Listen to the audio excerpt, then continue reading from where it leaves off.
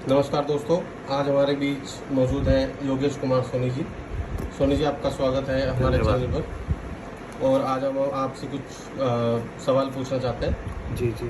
तो आजकल आपने लव जिहाद का मुद्दा उठा रखा है, इस पर आप बहुत लिख बोल रहे हैं, इसके विषय में आपका क्या विचार है? धन्यवाद आपका कि आपने मेरे से इस तरीके के विचार जानने चाहे। देखिए, लव जिहाद एक ऐसा मुद्दा है जो देश में बहुत तेज़ी से फैल रहा है। इस ओर किसी का ध्यान नहीं जा रहा है। हम इस बात को मानते हैं कि मोदी योगी सरकार या इस तरीके के चेहरों में लव जिहाद कम हुआ है, लेकिन ये बिल्कुल गलत फहमी में है हम लोग।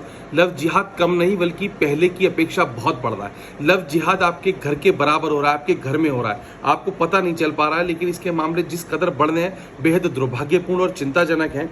यदि हम बात करें आंकड़ों की तो पहले से मामले इतने बड़े हैं कि आप उसको देख के बहुत हक्के बक्के रह जाएंगे। हम हर रोज़ ऐसी घटनाएं जो है उनको देखते हैं, ऐसी घटनाओं को सुनते हैं। हर रोज़ अखबारों में बहुत छोटी सी कटिंग के साथ आता है कि नाबालिग लड़की के साथ ऐसा हुआ वैसा हुआ। अगर आपने देखा होगा, हाल ही में मैं लव जिहाद पर कुछ मामलों पे पुलिस के साथ काम करा, दिल्ली पुलिस के साथ। उसमें जो जिहादी हैं वो बहुत स्मार्ट तरीके से लव जिहाद को अंजाम दे रहे हैं। दरअसल मामला ये है कि जो नाबालिग लड़कियां हैं, हिंदू नाबालिग लड़कियां, उनके पीछे उनके ट्यूशन जाने के समय पे, उनके स्कूल के समय पे, उनके घर से बाहर निकलने के समय पे कुछ लोग उनको फॉलो करते हैं, उसके बाद उन चीज़ों को अंजाम देते हैं। बड़ा जो दुर्भाग्यपूर्ण और चिंताजनक मामला वो यह है कि इस तरफ जो है कोई ध्यान नहीं दे रहा है। अगर कोई उनको या तो पैसों से खरीदा जाता है। अभी हाल ही में दिल्ली में मैंने एक स्टोरी करी है, उसमें बड़ा आश्चर्यचकित करने वाले कुछ खुलासे सामने आए हैं। मामला ये था कि एक लड़की थी,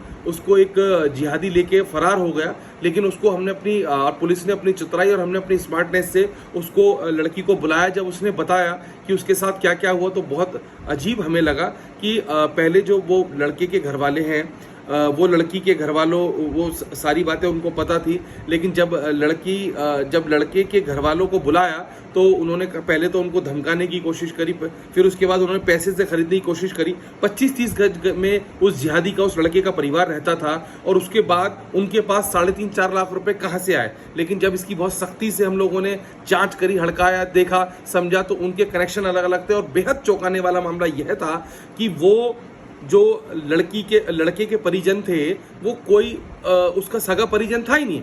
माँ अलग, बाप अलग, एक परिवार की तरह वो रह रहे थे। और इसमें सबसे ज़्यादा जो परेशानी हुई वो ये हुई, जो मकान मालिक हैं और वो थोड़े से कच्चे लालच की वजह से या कुछ अन्य लालच की वजह से लोगों को मकान किराए पे देते हैं, पुलिस वेरिफिकेशन नहीं करते, उसकी वजह से कहीं ना कहीं ये चीज़ें हमें सामने को देखने को मिलती हैं। अगर हम बात करें दिल्ली की, मैंने हाल ही में इसमें भी तमाम अखबारों में अपने एक आर्टिकल भी फाइल करा है कि दिल्ली में जिहादियों की जड़ें फैल रही हैं, जिहादियों का आतंक। वो मामला ये है कि इस बार जिहादी के जो इस समय अटैक है वो दिल्ली में बहुत ज़्यादा है। चूँकि हमारे सामने जो फिलहाल आंकड़े आए हैं वो हालांकि देश भर में बहुत बुरी तरह फैल रहा है, लेकिन हाल ही में कुछ आंकड़ों में जो तेजी आई वो दिल्ली में हमने देखी। जी, तो आपको क्या लगता है भारत में इसके बढ़ने के क्या कारण हो सकते हैं? देखिए, इसके बढ़ने के बहुत सारे कारण हैं भारत में, क्योंकि भारत को तो वैसे ही टारगेट किया जाता है हिंदुत्व के आधार पे। जो एक देश है और आपको लगता है कि हम यहाँ पर बहुत ग्रोथ कर रहे हैं, आगे बढ़ रहे हैं,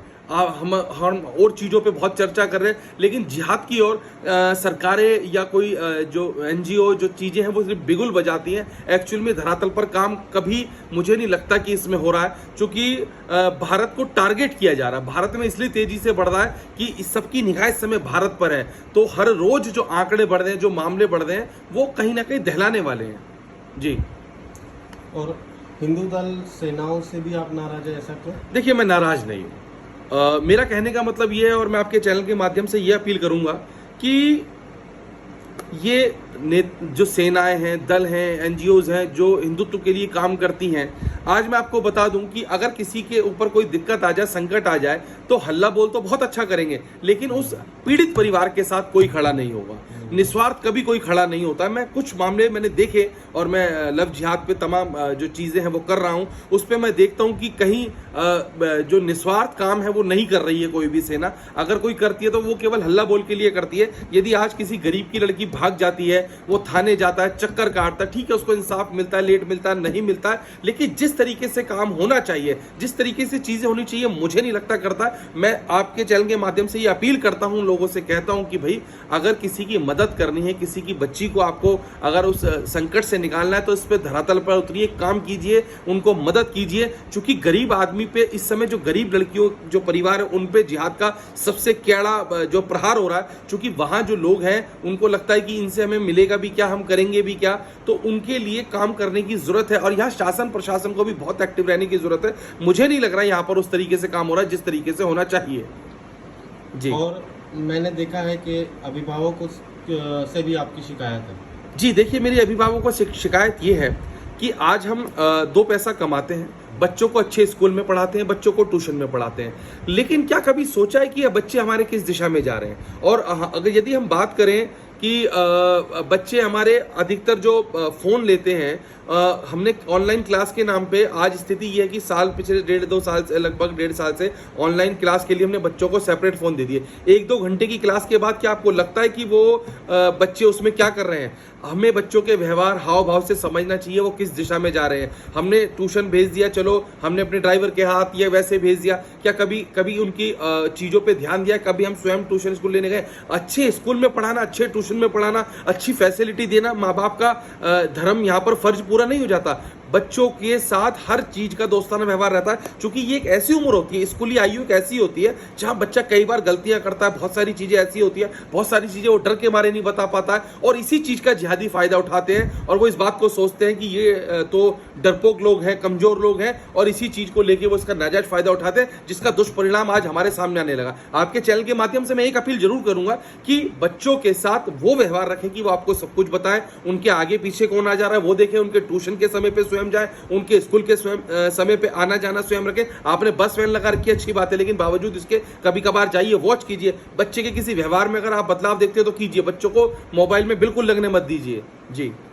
तो ऑनलाइन शिक्षा पर बच्चों के मोबाइल देने से आप क्यों विरोध करते हैं? जी देखिए, मैंने अभी बताया, मैं विरोध नहीं करता हूँ। अगर आपके बच्चे की 2 घंटे क्लास है और वो मान लीजिए 7th 8th क्लास की, मान लो वो बच्चा है, वो लड़का है चाहे लड़की है, बच्चे हैं 7th 8th 9th 10th 11th 12th, ये एक उम्र ऐसी होती है कि इसमें बच्चे का जो दिमाग होता है बहुत, जिसको बोलते हैं डेवलप हो रहा होता है, इनका जो मन है, दिमाग है। और अगर हम बच्चों की मैं एक उदाहरण देता हूँ, जैसे मुझे बच्चे क्लास लेते थे, मेरी वाइफ का फ़ोन लेते थे, तो हमने क्या करा कि बच्चों को कहा यार अपने फ़ोन, हमारे व्यस्त रहते हैं, हम एक फ़ोन लेके दे देते हैं। लेकिन क्या 12 घंटे तक हम या पूरे दिन के लिए लोग बच्चों को हमने इस उम्र में सेपरेट फ़ोन दे दिया? क्या सोचा है कि 2 घंटे की क्लास के बाद बाकी समय बच्चे क्या कर रहे हैं? क्या कभी हमने सोचा है कि बाकी चीज़ों में, किस चीज़ों में लगे हुए, वो क्या खोल के देख रहे हैं, क्या कर रहे हैं, किससे बात कर रहे हैं?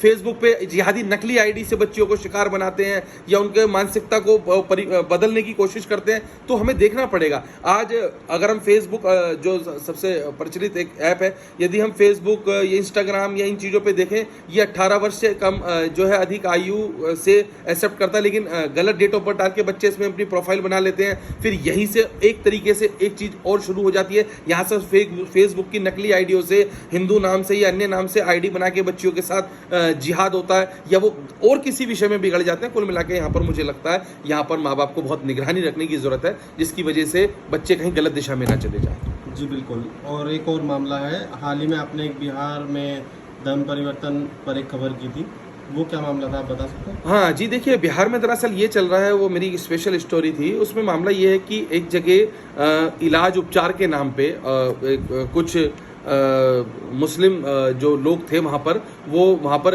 कुछ हिंदू महिलाएं अपने बच्चों के इलाज या अपने इलाज के लिए गए थे, लेकिन इलाज के दौरान करते करते उनके मस्तिष्क को बदला जा रहा है और उनको धर्म परिवर्तन की ओर लिया जा रहा है। जैसे पीर फकीरों पे लोग चले जाते हैं, इसी तरीके का झाड़ा फूक लगवा लेते हैं। चूंकि एक हिंदू धर्म ऐसा धर्म है जो सभी धर्मों में आस्था और विश्वास रखता है, लेकिन इसी के साथ हमेशा चोट लगती है, और इसका कारण भी हमें, चूंकि अगर हम किसी पीर फकीर, पीर बाबा या किसी अन्य जगह जाते हैं, हमारा एक विश्वास होता है चलो जी वहाँ झाड़ा उतर जाएगा, लेकिन वो लोग इसकी आड़ में, देखिए मैं कभी किसी धर्म को या किसी मजहब को या किसी उनके पीर फकीर या किसी उनके, कभी मैं गलत नहीं बोलता, मैं स्वयं भी कभी जाता हूँ और इसमें मुझे कोई कहने में हिचकिचाहट नहीं। लेकिन दिक्कत ये है कि यहाँ पर जो लोग हैं उसकी आड़ में गलत काम कर रहे हैं। यहाँ सरकार को, शासन प्रशासन को बहुत निगरानी रखने की जरूरत है, चूंकि जो आज हालात है, स्थिति है, उसको अगर हमने आज काबू नहीं पाया तो हालात तो हिंदुस्तान के बद से बदतर है जो होते जा रहे हैं। और मैं यही कहना चाहता हूं, जिसकी आसपास पड़ोस में मदद हो सके जिहाद वाले मामले में वो देख करना चाहिए। किसी के बच्चे गलत ट्रैक पे जा रहे हैं, अगर पड़ोसी देख लेता तो देखना चाहिए।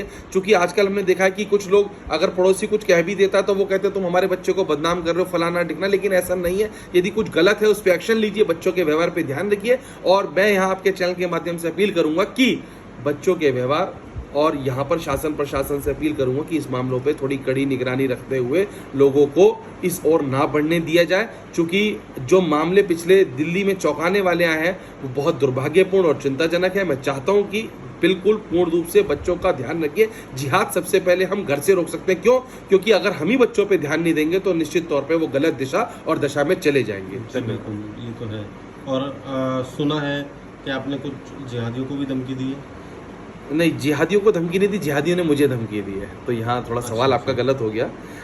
मामला ये है कि कुछ लोगों ने, मैंने जब इस मामले पे खबर करी तो मुझे कुछ लोगों ने धमकाया, कुछ हड़काया, जो जिसके लिए ऐसा पत्रकारों पे शिकायत, इस तरीके की जो चीज़ें हैं वो आती रहती है।